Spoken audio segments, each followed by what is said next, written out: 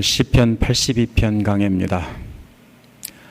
좀 독특하죠. 지금까지 보았던 시편과는 좀 많이 다릅니다. 이것은 예언적인 시입니다. 이 시편은 환상을 보고 쓴 것으로 보입니다. 여기에서 법정이라고 했지만 사실 이 장면은 하나님의 어전회의나 그 법정과 같이 앞에서 하나님이 서시고 그 다음에 많은 신하들이 서 있는 것과 같은 그런 환상을 본 것입니다. 근데 그 형식은 열왕기하 11장 13절에서 16절에 나온 그 아달리아가 본 것을 묘사한 것과 같습니다. 이 시편이 기록된 시기는 바벨론 포로 시대 선지자들이 예언할 때쯤일 거라고 생각합니다. 그 먼저일 수도 있지만은 이제 그렇게 보는 경우가 많습니다. 1절은 들어가는 말도 없이 대부분은 들어가는 말이 찬양이나 이런 게 나오는데 단도직입적으로 뭐가 나옵니까? 신들의 회의에서 회의를 주관하는 하나님의 장면을 묘사합니다. 자기가 그런 환상을 보았다는 것입니다. 하나님은 모든 신들의 왕이라는 것입니다. 이 같은 말이 출애굽기 15장 11절에도 다음과 같이 나와 있습니다. 제가 읽어보겠습니다. 여호와여 신들 중에 주와 같은 이가 누구니이까? 주와 같이 거룩함으로 영광스러우며 찬송할 만한 위엄이 있으며 기이한 일을 행하는 자가 누구오니까? 주께서 오른손을 드신즉 땅이 그들을 삼켰나이다. 언제 한 겁니까? 출애굽하고서 홍해 바다에 이집 두 군데가 다 잠긴 뒤에 한 내용에서 그렇게 나옵니다. 오늘 말과 똑같습니다. 모든 신들 중에 여호와 같은 분이 어디 있냐는 겁니다. 위대하신 일 왕 여호와께서 그들의 할 일을 제대로 못한 많은 신들에게 벌을 내리고 있는 장면과 같습니다. 마치 신하들을 책망하면서 신하들이 역할을 잘못한 사람들을 너는 사형이다. 저놈을 당장 뭐라고 합니까? 옥에 쳐넣어라. 아니면은 사약을 내려라. 극형에 처하라. 이렇게 말하는 것과 비슷합니다. 하나님이 그런데 서 계신다라고 한 것이 놀랄만한 일입니다. 왜냐하면 이런 상황에서 하나님은 반드시 앉아 있어야 되거든요. 재판관이나 왕은 항상 권위를 가지고 앉아 있습니다. 그런데 욥기 1장 6절에서도 이렇게 말했습니다. 하루는 하나님의 아들들이 와서 여호와 앞에 섰고 사탄도 그들 가운데 온지라. 또 욥기 2장 1절에서도 비슷한 내용이 있습니다. 이사야 3장 13절에서도 여호와께서 변론하시기로 일어나시며 백성들을 심판하려고 서시도다 그랬습니다. 변론하시려고 일어나시고 심판하려고 섰다라는 겁니다. 또 사도행전에 7장 55절에 보면 스데반이 성령이 충만하여 하늘을 우러러 주목하여 하나님의 영광과 및 예수께서 하나님의 우편에 앉으신 게 아니고 뭐라고요? 서신 것을 보고 이렇게 했습니다. 계시록 5장 6절과 14장 1절에도 어린 양이 서 있다라고 했습니다. 대부분 앉아 있다라고 해야 되는데 왜 여기서는 서 있다라고 할까? 어떤 사람은 재판할 때는 앉아서 했지만 형을 선고할 때는 서서 했다라고 말을 하기도 합니다. 분명한 것은요, 중요한 결정을 할 때는 일어서서 했다라는 것을 알 수 있습니다. 여기서 하나님께서 매우 중요한 일이 있기 때문에 일어서셨다라는 것을 알 수 있습니다. 사무엘하 15장 2절에도 보면 압살롬이 일찍 일어나 성문 곁에 서서라고 했습니다. 서서 재판했어요. 의자가 없어서 서서 한 거 아니에요. 서 있는 것은 뭡니까? 앉아 있는 것은 권위를 나타내지만 서 있는 것은 매우 긴박하거나 중요한 일이 있다는 것을 나타냅니다. 정말로 중요한 일이 있으면 앉아서 얘기할까요? 정말로 다급한 일이 있으면 앉아서 얘기할까요? 아니죠. 벌떡 일어서서 이야기하겠죠. 그래서 지금 보면은 열왕기하 23장 3절에도 왕이 단위에 서서 여호와 앞에서 언약을 세우되라고 했습니다. 이처럼 하나님은 오늘 본문에서 중요한 결정을 하시기 위해 서셨다라는 겁니다. 이것이 시편 기자가 본 환상입니다. 2절을 보시면은 질문 형식으로 되어 있습니다. 하지만 질문이 아니에요. 특별한 대답을 요구하는 거 아닙니다. 단지 잘못한 것을 멈추라는 뜻입니다. 뭐라고 했어요? 언제까지나 너희는 공정하지 않은 재판을 되풀이하려고 하느냐? 언제까지 너희는 악인의 편을 들려느냐? 내일까지요? 모레까지요? 이런 대답을 요구하는 거 아니에요. 만약에 이렇게 질문했는데 한 1년만 할게요 그러면 얄미워 한 대 톡 때리지 않겠어요? 마치 뭐와 같습니까? 엄마 지갑에서 돈을 몰래 꺼내 쓴 중학생 아들을 책망하면서 언제까지 그렇게 애미 속을 새길래? 라고 말하는 것 같습니다. 그럼 뭐라고 그래요? 내년까지만 할게요. 그럼 말이 돼요? 이건 질문이 아니에요. 질문을 하고 있지만 언제까지 이렇게 속새길래 하면은 무슨 소리예요? 당장 멈추라는 뜻이에요. 당장 멈추라는 뜻이에요. 출애굽기 10장 3절에서도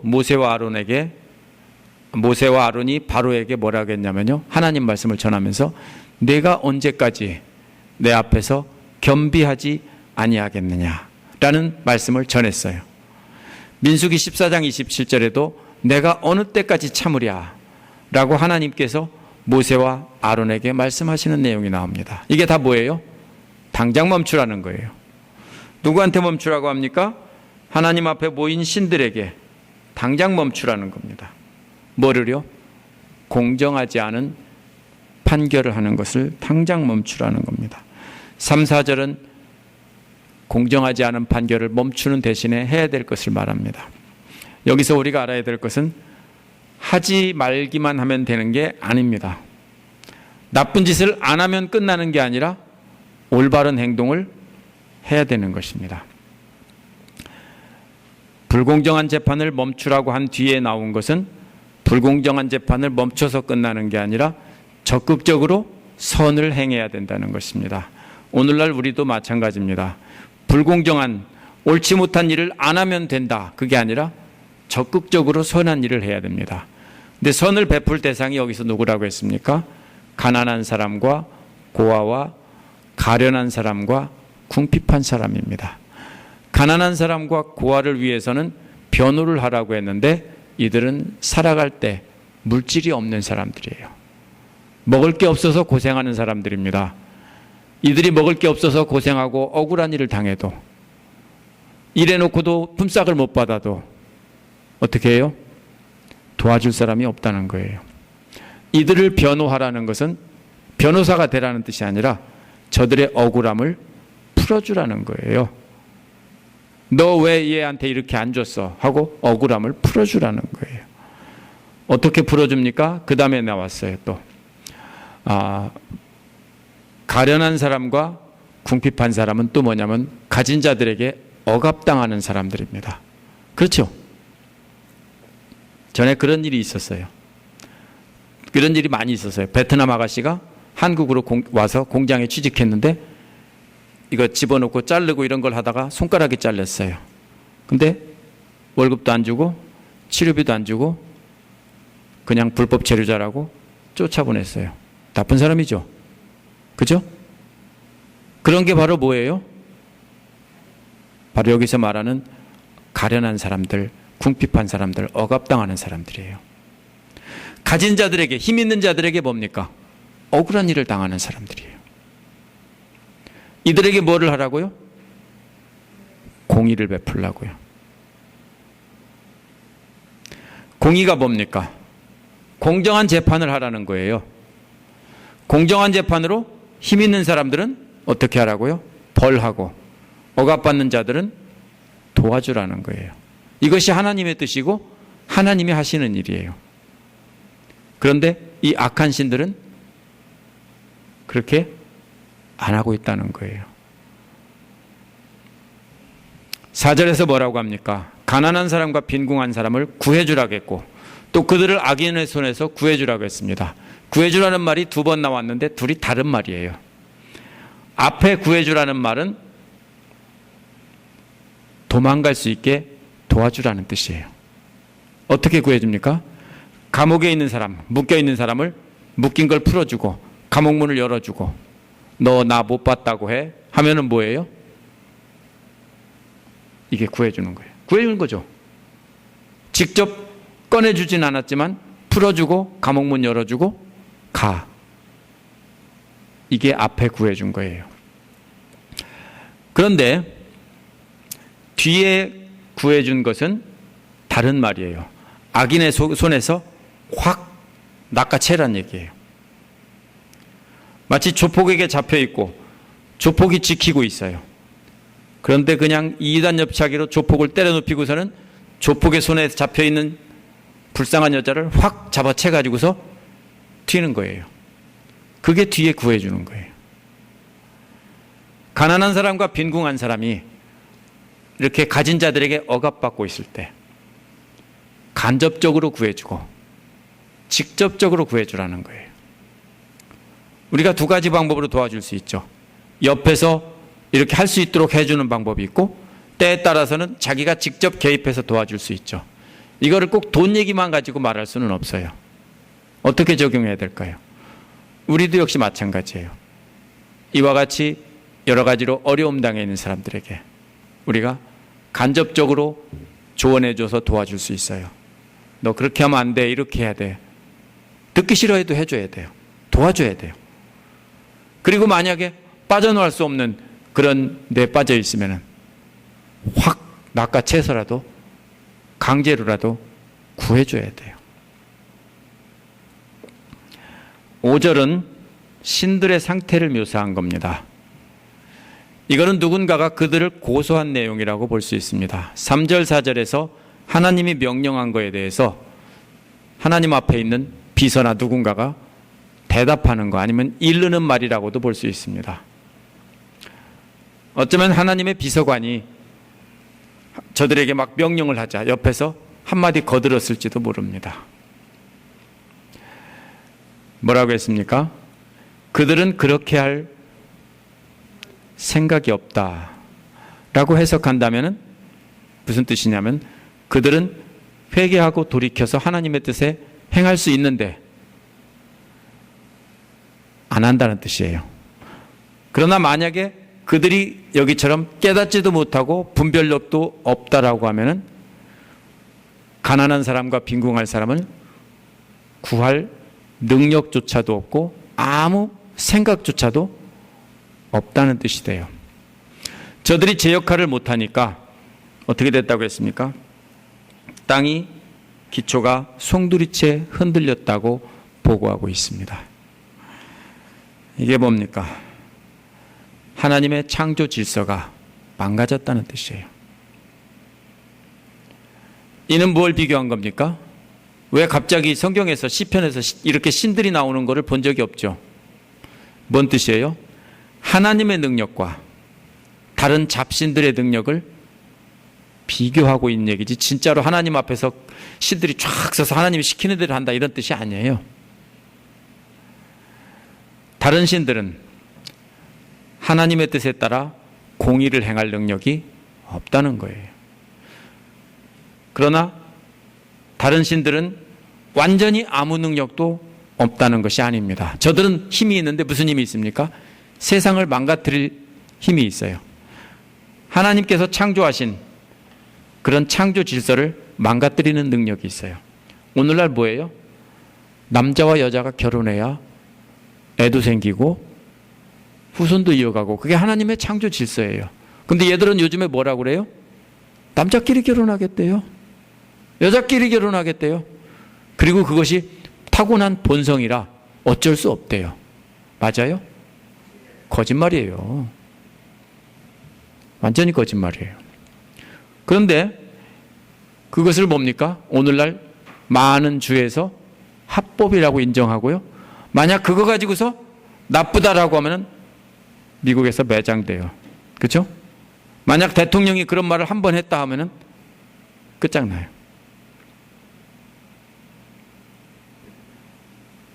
하나님의 창조 질서는 남녀가 만나서 평생을 사랑하며 아들, 딸 낳고 키우면서 잘 사는 게 그게 하나님의 창조 원리예요. 근데 사탄은 뭐라고 그래요? 열받으면 참지 말고 그냥 이혼해라 그래요. 여권신장. 그렇죠? 창조 질서를 깨뜨리라고 그래요. 자꾸. 사탄이 그래요. 악한 신들이 그래요. 그래서 만약에 동성애를 비난하면은 편협한 사람으로 낙인이 찍히고 중요한 자리에서 쫓겨납니다. 이게 세상이에요. 지금 시편 기록자가 말하려고 하는 것은 세상의 악한 일들이 다 이런 악한 신들의 책임이라는 겁니다. 어두움은 저들 자신의 잘못을 가리기 위해서 사용하는 것입니다. 또 저들은 무지해서 하나님의 길을 이해하지 못한다는 것을 나타내기도 합니다. 6절 7절에서 하나님이 이들에게 대답합니다. 너희는 모두 신들이고 가장 높으신 분의 아들이지만, 이게 뭔 소리예요? 칭찬인 것 같죠? 칭찬 아니에요. 사람처럼 죽을 것이고 여느 군주처럼 쓰러질 것이다. 이방 사람들은 자신들이 뭐라고 했냐면 자신들의 신들이 가장 귀하고 높고 능력이 있다라고 주장했어요. 그 말을 하고 있는 거예요. 너희들이 말하는 대로 모두 신들이고 가장 높으신 분의 아들이라고. 그러나 그런 이방신을 따르는 이스라엘 사람들도 있었어요. 그래서 하는 말이에요. 그러나 하나님은 그러한 신들은 아무것도 아니다, 이렇게 말하는 거예요. 하나님께서 다른 신들을 가장 높으신 분의 아들이라고 한 것은 실제로 그렇다는 게 아니에요. 저들이 그렇게 주장하는 말을 받아서 비꼬는 말로 하는 거예요. 하나님께서 저들의 주장을 받아주겠다는 거예요. 너희들 말이 그렇다면 그렇다고 하자. 하지만 저들은 실제로 아무것도 아니다, 이 소리입니다. 저들은 신도 아니라는 거예요. 하나님이 말씀하시면 신은 영원히 살아야 되는데 저들은 사람처럼 죽게 될 것이다. 하나님은 저런 신들도 죽게 하실 수 있고 끝나게 하실 수 있는 분이라고 하는 겁니다. 어쩌면 이 시편에 나온 신들은 세상의 왕을 가리키는지도 모릅니다. 에스겔 28장 2절에 보면 인자야 너는 두루 왕에게 이르기를 주 여호와께서 이같이 말씀하시되 내 마음이 교만하여 말하기를 나는 신이라 내가 하나님의 자리 곧 바다 가운데 앉아있도다 하는도다 라고 했습니다. 성경에도 나와요. 왕이 신이라고 했어요. 두루 왕만 그랬느냐? 아니요. 역사적으로 보면 많은 왕들이 신이 됐어요. 로마의 황제들은 나중에 전부 신이 됐습니다. 로마에 가면 만신전이라는 판테온이라고 하는 건물이 있어요. 그 안에 가면 뭐가 있어요? 수많은 로마 황제들이 신상으로 이렇게 새겨져 있어요. 그거를 섬깁니다. 또 어디 있습니까? 오늘날도 있어요. 북한에 김일성, 김정일, 이 사람들을 신으로 받듭니다. 그래서 그 사람들을 신으로 섬기고 하도록 그렇게 교육을 받습니다. 어쩌면 어리석은 세상 통치자를 가리키는 말인지도 몰라요. 결론은 8절에 있습니다. 8절을 보겠습니다. 함께 읽어보겠습니다. 하나님이 일어나셔서 이 세상을 재판하여 주십시오. 온 나라가 하나님 것입니다. 온 나라가, 우리가 말하는 온 나라 하면 뭡니까? 우리나라 전체 이런 뜻이 아니라 모든 나라라는 뜻입니다. 모든 나라가 하나님의 것입니다. 이제 다른 모든 신들은 헛것이고 하나님 앞에서 아무것도 아니라고 분명히 했기 때문에 그 다음에 하는 건 뭡니까? 그러면 이제 하나님께서 일어나셔서 저 신들을 다 재판해 주십시오. 전부 다 사형 선고 내려서 없애버리십시오. 사람처럼 다 죽게 해 주십시오. 세상의 악한 신들이 다 사라지고 나면 누구만 남습니까? 오직 여호와 하나님, 전능하신 하나님만 남게 되고 그분의 뜻이 땅에서 이루어지고 하나님 나라가 임하게 될 것입니다. 이런 소망입니다. 한번 정리를 해보겠습니다. 여기 나온 신들이 무엇을 가리키는지는 여러 가지 의견이 있습니다. 세상 권력을 가진 그런 정치가라고 말하는 사람도 있고, 또 그들의 배후에서 조종하는 신들일 수도 있다고 합니다. 가난한 사람과 고아를 압제하는 정치가들의 배후에는 결국 이런 악한 신들이 있습니다. 둘 다 맞는 말일 겁니다. 가난한 나라, 독재국가 이런 데서 보면 뭡니까? 가난한 사람들이 먹을 걸 다 뺏어서 자기들이 호의호식하고 잘 먹고 이러는 데 쓰죠. 북한도 똑같아요. 누가요? 김정일 일가와 공산당 간부 일부 사람들이 잘 먹고 잘 살기 위해서 나머지 사람들이 굶어 죽기도 하고 고생하기도 하고 그렇게 만들었어요. 시편에 나타난 이 신들의 현대적 의미를 새겨봐야 됩니다. 요한복음 10장에 보면 선한 목자의 비유가 나옵니다. 예수님을 선한 목자고 삭군 목자에게 속지 말라는 겁니다. 예수님이 누군데요? 만왕의 왕이시고 만유의 주이신 하나님의 아들이고 하나님이에요. 근데 그분이 선한 목자라는 겁니다. 그럼 뭔 소리예요? 다른 엉터리 신들에게 속지 말라는 말도 돼요.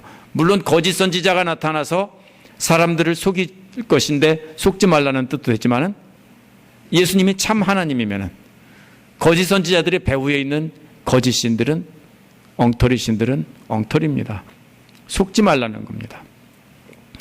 그렇다면 삭군 목자들은 오늘 본문에 나온 악한 신들입니다. 저들은 하나님의 창조 질서를 어지럽히고 불쌍한 자를 압제합니다.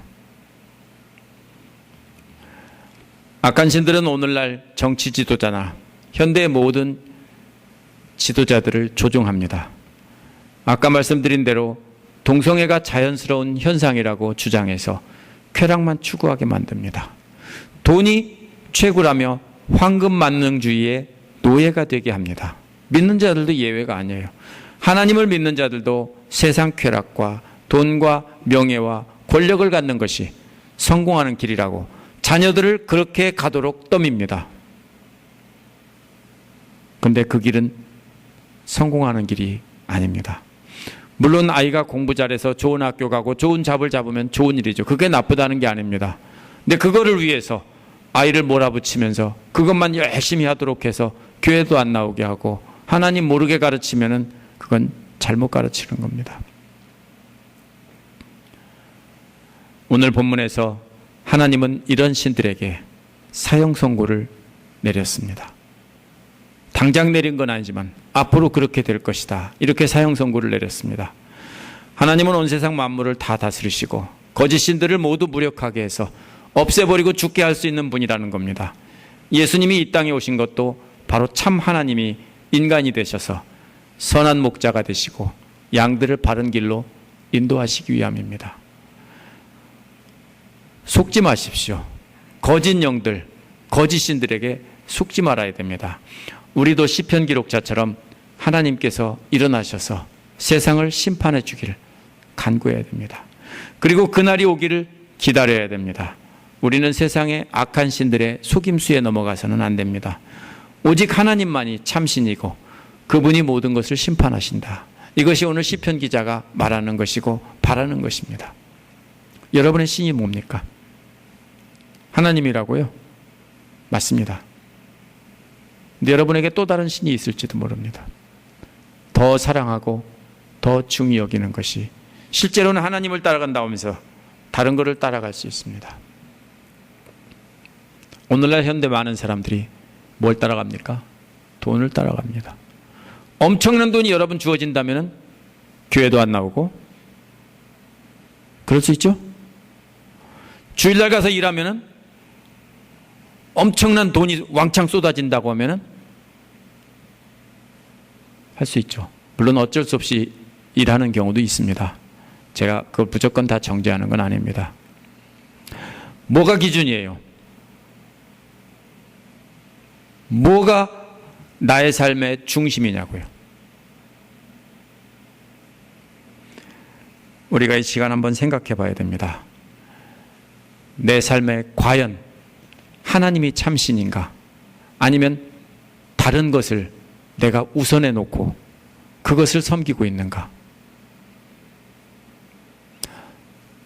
우리가 좋아하고 따르고 갖고 싶어하고 하는 모든 것은 악한 신들이, 엉터리 신들이 우리를 조종하는 것입니다. 그러면 뭡니까? 우리는 하나님만 의지하고 그런 것은 다 버리는 삶을 살아야 됩니다. 이것이 시편 기자가 본 환상이고 시편 기자가 바라는 것입니다. 기도하겠습니다.